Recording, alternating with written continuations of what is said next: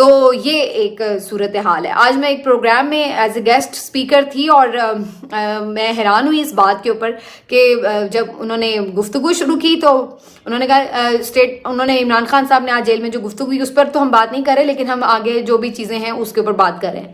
تو مجھے ایک دم تھوڑا سا حیرانی ہوئی دیکھ کے سن کے کہ بھائی اس پہ کیوں نہیں بات کرے. تو پھر الٹیمیٹلی یہ پتہ چلا کہ جناب یہ کہانی ہے کہ اس کے اوپر بھی پابندی لگا دی گئی ہے کہ عمران خان صاحب کی جو سٹیٹمنٹ ہے اس کو ڈسکس بھی نہیں آپ نے کرنا. تو بندہ پوچھے کہ آپ کے خوف اپنی جگہ ٹھیک ہے، آپ کے اپنے بندوبست اپنی جگہ، لیکن کیا وہ سٹیٹمنٹس رک جائیں گے؟ آپ نے تو بہت عرصے سے 5-6 مہینے ہو چلے ہیں کہ عمران خان پر پابندی لگائی ہوئی ہے. اس کا تو آپ کوئی تقریر نشر نہیں کرتے، ایون جب وہ آزاد تھے تب بھی نہیں کرتے تھے. اور ان کے بہت سارے آدھے سے زیادہ پارٹی رہنماؤں کو بھی آپ نے مفرور کہہ کے، اشتہاری کہہ کے ان پہ بھی پابندی لگائی ہوئی ہے، انہیں بھی نہیں لیا جا سکتا ٹی وی کے اوپر. اور اس کے بعد اب ان کے وکلاء کے بھی جو 2-3 اہم وکلاء ہیں ان میں سے بھی 2-3 پہ آپ نے پابندی لگا دی کہ جی انہیں بھی نہیں آپ نے لینا. تو عمران خان کا ورژن یا اس کا موقف تو آپ بہت پہلے سے ہی ٹی وی پر بند کر چکے ہیں، لیکن اس سے کیا آپ کو حاصل ہو گیا؟ کیا عمران خان مائنس ہو گیا، یا عمران خان ڈسکس نہیں ہوتا، یا پھر ان کا جو بیانیہ بنانے کی کوشش کی جا رہی تھی، جو پی ڈی ایم کے غبارے میں ہوا بھرنے کی کوشش کی جا رہی تھی، جو نون لیگ کو ایک گلوریفائی کرنے کی کوشش کی جا رہی تھی، تو وہ سب کرنے میں کیا آپ لوگ کامیاب ہو گئے؟ وہ جو 10 ارب روپیہ میڈیا کو دیا گیا تھا وہ حق حلال ہو گیا؟ کیا اس کا کوئی فائدہ ہوا؟ کیا پبلک پرسیپشن میں کوئی تبدیلی آئی؟ کیا لوگ عمران خان کو ووٹ دینے سے انکاری ہو گئے؟ آپ کا تو آج کا بھی سروے یہی کہہ رہا ہے کہ جو 6 مہینے سال پہلے پوزیشن تھی اس سے تھوڑی بہتری ہوئی ہے، کوئی کمی نہیں اس میں آ رہی ہے. تو آپ یہ تو سب پہلے کر چکے ہیں، تو پھر بھی اتنے خوف زدہ ہیں کہ ایک سٹیٹمنٹ سے آپ گھبرا جاتے ہیں اور پریشان ہو جاتے ہیں کہ جناب اس کا سٹیٹمنٹ کسی کی زبانی بھی نہیں چلنا. تو بات یہ کہ ٹی وی چینلز کے سٹیٹمنٹ چلانے یا نہ چلانے سے کوئی فرق نہیں پڑتا.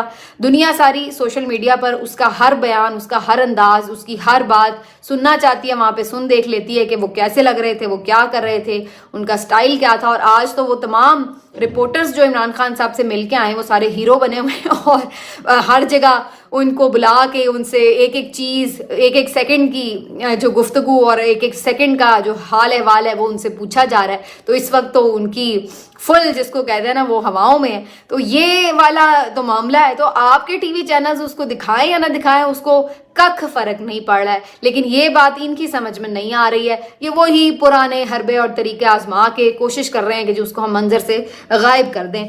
لیکن حد یہ ہے کہ خود ان کی بھی سیاست صرف اس کے نام کے اوپر چلتی ہے کہ آج مریم صاحبہ بھی بولی ہیں تو بس اس کے خلاف بولی ہیں. تو یہ ان کی سیاست کا حال ہے کہ اس کو برا بھلا کہہ کے اپنے آپ کو کچھ زندہ ثابت کرنے کی کوشش کرتے ہیں. یہ ایک وہ سیلہ حاصل ہے جس کا کوئی انہیں پتہ ہے کہ رزلٹ نہیں ہے، لیکن پھر بھی کر رہے ہیں.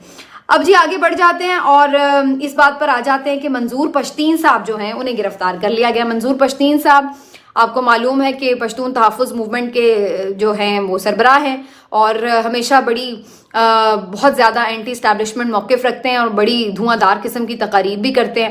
ابھی میں نے 2-3 دن پہلے بھی ذکر کیا تھا کہ انہوں نے چمن میں جو دھرنا تھا اس پہ جا کے خطاب بھی کیا اور بڑا دھواں دھار خطاب تھا ان کا بھی.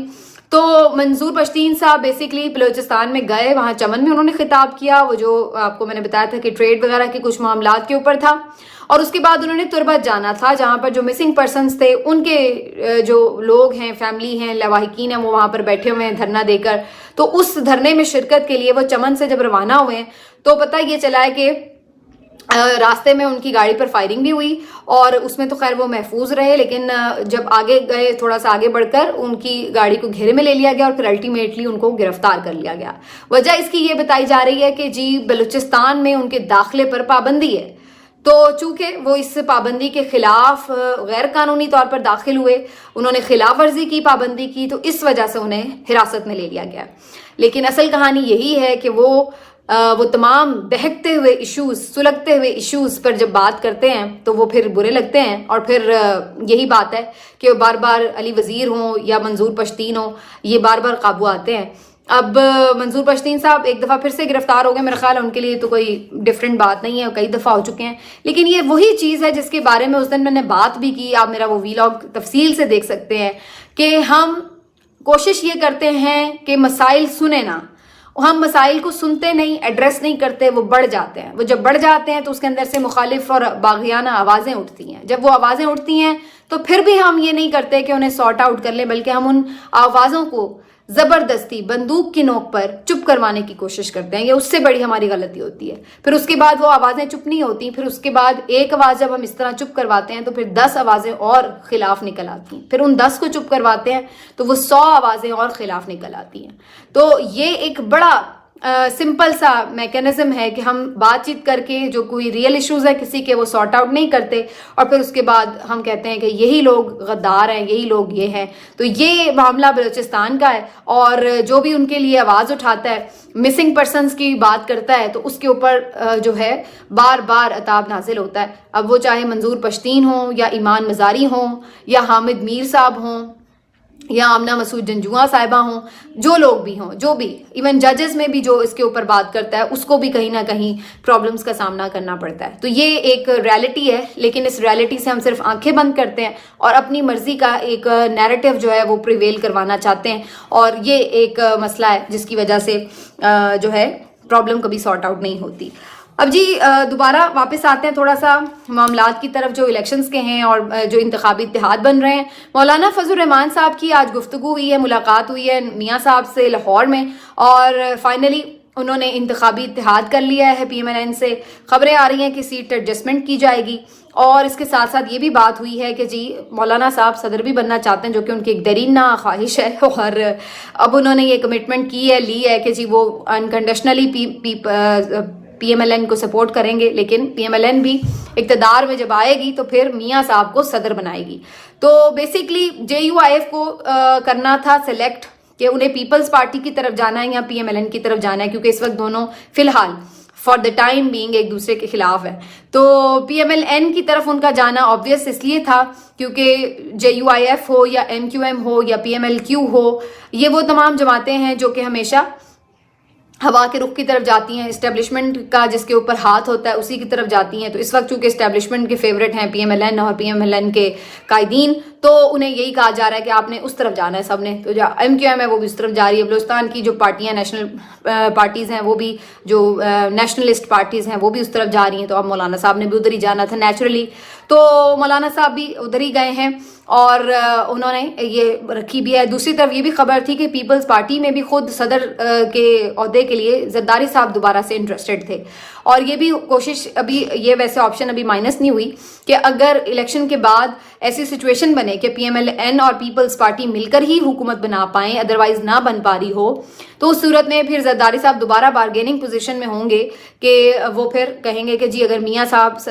وزیر اعظم بن رہے ہیں تو پھر وہ خود کو صدر کے امیدوار کے طور پر آگے کریں گے. لیکن ایسے میں پھر فضل الرحمان صاحب کا کیا ہوگا، یہ ایک سوال ہوگا، کیونکہ فضل الرحمان صاحب بھی یہی کمٹمنٹ مانگ رہے ہیں پی ایم ایل این سے کہ اگر وہ اقتدار میں آتے ہیں تو پھر فضل الرحمان صاحب کو صدر بنایا جائے. تو اب دیکھنا یہ کہ جی ان کی سیٹلمنٹ کیا ہوتی ہے، لیکن ہے یہ ساری وہی پاور پالیٹکس، وہی اقتدار کی جنگ، وہی ایوانوں میں جانے کی ایک ہوس، اور اس کے لیے کچھ بھی نہ اصول ہوتے ہیں اور نہ ہی آپ کو پتہ ہے کسی قسم کے مسئلے مسائل کوئی اور عوام کے ڈسکس ہوتے ہیں. تو یہ ساری چیزیں ہیں. اب ایم کیو ایم نے بھی ادھر پیپلز پارٹی سے لڑائی لے لی ہے، ان کی بھی یہی حالات ہیں کہ ہمیشہ وہ پیپلز پارٹی کے اگینسٹ بولتے ہیں، اور پھر بعد میں الیکشن کے بعد یا الیکشن سے پہلے یا الیکشن کے بعد جا کر ان سے دوستی بھی کر لیتے ہیں، اور پھر انہی کے ساتھ دوبارہ سے صلح صفائی بھی کر لیتے ہیں. تو یہ روٹھنے منانے کا سلسلہ ان کا جاری رہتا ہے. اب انہوں نے کہا ہے جی الیکشن کمیشن نے جو حلقہ بندیاں کی ہیں وہ ساری پیپلز پارٹی کے حق میں کر دی ہیں، جس کی وجہ سے ان کو خاصا نقصان ہوگا شہری علاقوں میں. تو انہوں نے اب یہ بات کی ہے کہ جی یہ انہوں نے پیسے ویسے بھی لیے ہیں الیکشن کمیشن نے اس کام کے لیے. تو یہ بڑا سنگین الزام لگایا، میرا خیال ہے ایم کیو ایم کی طرف سے بڑا سنگین الزام ہے الیکشن کمیشن پر. ویسے تو سبھی الزام لگا رہے ہیں، پی ٹی آئی کا تو خیر ایک تھرو آؤٹ ہی چل رہا ہے ان کے ساتھ پورا بیر، لیکن جو اب پیپلز پارٹی اور ایم کیو ایم ہے وہ بھی ان سے راضی نظر نہیں آ رہے. تو الیکشن کمیشن کے اوپر اس چیز کا ایک وہ ہے پریشر. تو لیکن بہرحال ایم کیو ایم جیتے ہیں یا پیپلز پارٹی، بات تو ایک ہی ہے، انہوں نے کون سا کچھ مختلف کرنا ہے.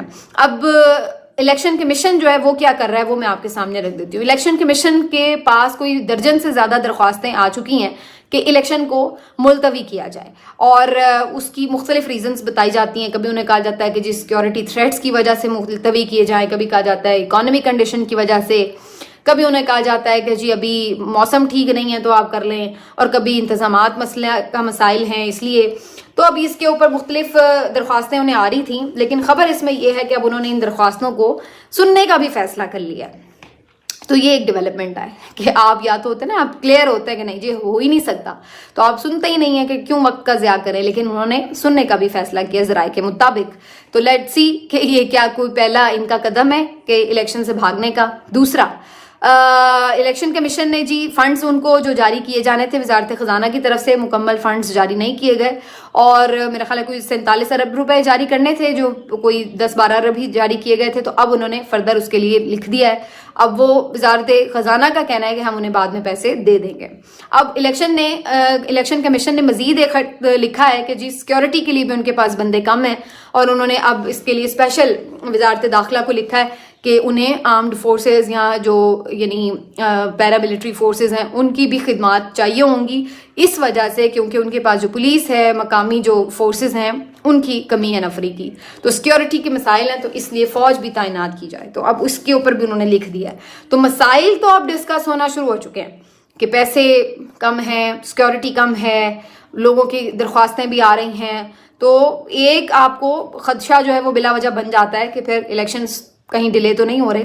لیکن اصل کہانی یہی ہے کہ سب سے بڑا خدشہ یہ ہے کہ سٹل خطرہ یہ ہے کہ پی ٹی آئی الیکشن جیت سکتی ہے. 8 فروری کو کوئی سرپرائز مل سکتا ہے.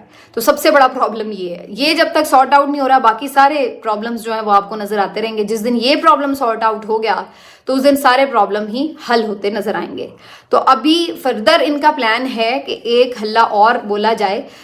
یہ خبر کچھ صحافی دے رہے ہیں، میری یہ خبر ابھی نہیں ہے، میں کہہ نہیں سکتی، لیکن کچھ صحافی یہ خبر دے رہے ہیں کہ نواز شریف صاحب کو بتا دیا گیا ہے کہ بھلا نہیں ہوگا پی ٹی آئی کے پاس، اور ان سے نشان لے لیا جائے گا. تو اب کبھی امکان ہے اگر یہ خبر درست ہے تو اس کا یہی جواز بنایا جائے گا کہ جو بھی ریسنٹلی الیکشن ہوئے ہیں ان کے انٹرا پارٹی، انہی کو جواز بنایا جائے گا کہ وہ درست طور پر نہیں ہوئے، لہٰذا اس کی بنیاد کے اوپر بلے کا نشان واپس لیا جائے، کوئی اور نشان دیا جائے.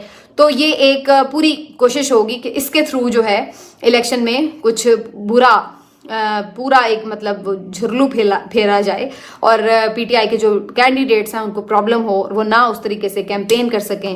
تو یہ اس قسم کی چیزیں جو ہیں ابھی ہمیں فردر بھی نظر آتی ہو سکتا ہے کہ نظر آئیں دسمبر میں. تو اگر تو الیکشن ہونے ہیں تو پھر تو یہ ہوگا، اور اگر الیکشن نہیں ہونے تو پھر ہو سکتا ہے کہ الیکشن ہی ڈیلے ہو جائیں، اور پھر یہ جو ٹیکٹکس ہیں ان کو فی الحال یوز نہ کیا جائے. ملتے ہیں آپ سے اگلے ویلاگ میں. اپنا خیال رکھیے. اللہ حافظ.